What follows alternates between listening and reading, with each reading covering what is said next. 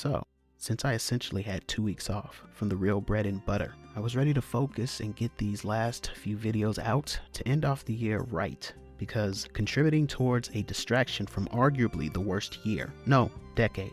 Yeah, we're gonna prorate this one. The worst decade of recent times. It's the least I could offer. However, life had other plans for me, and it was decided that I was taking time away from everything. Everything! So, if not celebrating the apparent holidays, an anniversary, and a few birthdays, I basically wound up lounging around the house and, among other slothful ventures, able to really get into some of the games that I have been systematically purchasing since I've reunited with my PS4. Reunited and it feels so good. One of those being Red Dead Redemption 2, and I state this one specifically because for anyone who's played this, there's a scene probably at the midway point in the game where you're not doing anything more than traveling from point A to point B. Not an uncommon occurrence for those of you that know. I noticed though that it was going to be a little ways towards my destination, so I did like I normally do and put the game in cinematic mode so I could passively watch the sequence play out. This wasn't going to be something where I'd be having a plot-driven or even indirect conversation with someone. And this isn't like Days Gone, where the protagonist kinda mutters to himself. So I figured I would just let the moment be, where the atmospheric music would paint the scenario and the camera makes the movie like cuts and the hero shot angles. And hopefully, I wasn't interrupted by a pack of old Driscolls or the $500 bounty that I have on my head. The music began, and I was half listening, even as the singer introduced themselves, though I was pleasantly surprised that there was a legit song playing. It wasn't, however, until my mind was triggered by the signature style of this particular singer, someone with whom I was familiar, that I started to really pay attention. It was about halfway through the song. I have the specific sequence playing in the background, but for obvious reasons, I'm not going to play the music. Although I probably should, just to see it get claimed on a channel that isn't monetized. Anyway, I was pleasantly surprised to hear that it was a favorite artist of mine since high school, D'Angelo, who has been as elusive as he is creative and entertaining. The reason why I bring this up is because this was but one of the many flashes of inspiration that I received on this so-called break.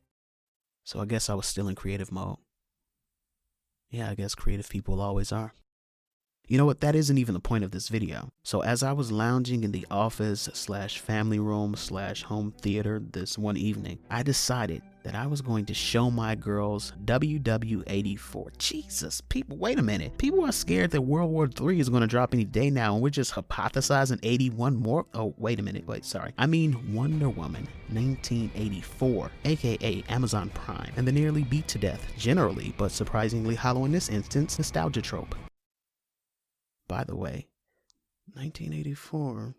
Courtesy of the world's largest, longest sick day, this one took a detour from its projected summertime blockbuster premiere in cinemas and pivoted into being slated for the Bridesmaid and Never the Bride holiday season. Additionally, as the concept of 50 or more people collecting in a confined area becomes more of a foreign concept, it was also heavily promoted as a digital release, and thus the plan was set as we prepared the home theater. We even made an honest woman out of old Diana, Though this was the easiest to get a clean copy of, by going through the only legit method upon which it can be found, its exclusive debut on HBO Max. Side note, did you know that the acronym for HBO is Home Box Office? Apropos, guys. Apropos. An extensive review / critique on the movie can be found elsewhere. However, I will state that it was a C-, which is already being graded on a curve, attempt. One of my major gripes is that it seemed to get the Teenage Mutant Ninja Turtles 2 not that one treatment. If you're interested in what I mean, here's a video that'll get you started on that lore. It was upon the second viewing, this one including my wife who hadn't seen it and baby sister who wanted to share in the experience. It occurred to me how many melanated people there were in this film, notwithstanding those who may have had significant parts. I'm talking about the many awesome blacknesses that peppered the background, whose faces may have been barely visible or whose screen time amounted to a frame or two of an appendage. And that's when it hit me. Maybe I should discover who these people are. I mean, Everyone has a story. Why not find out theirs? Which ultimately brought forth another series to the channel.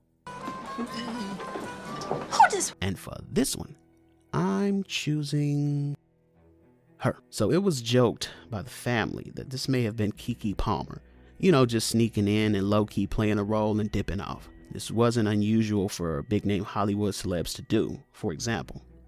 However, obviously this isn't the case. I mean, despite cousin Keke probably playing it cool and keeping it low on her end, it would have been a big deal way before the movie premiered anyway, because you know, we can't keep our mouth shut. Looking at all my black business owners who took PPE loans and decided to flex on social media instead of using this as a high-key finesse for seed money into generational wealth opportunities.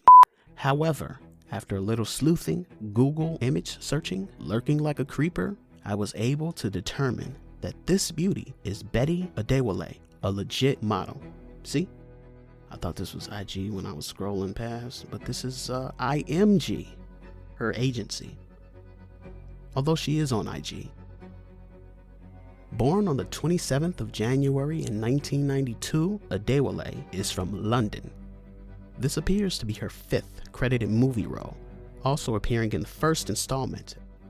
She also appears to be a singer and an underground rapper. Check out her SoundCloud.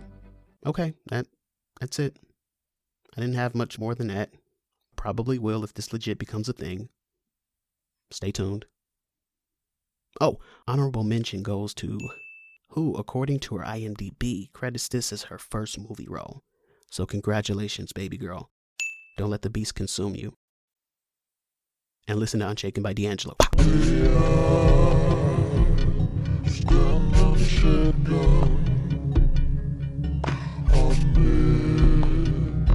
Mr. Graduate,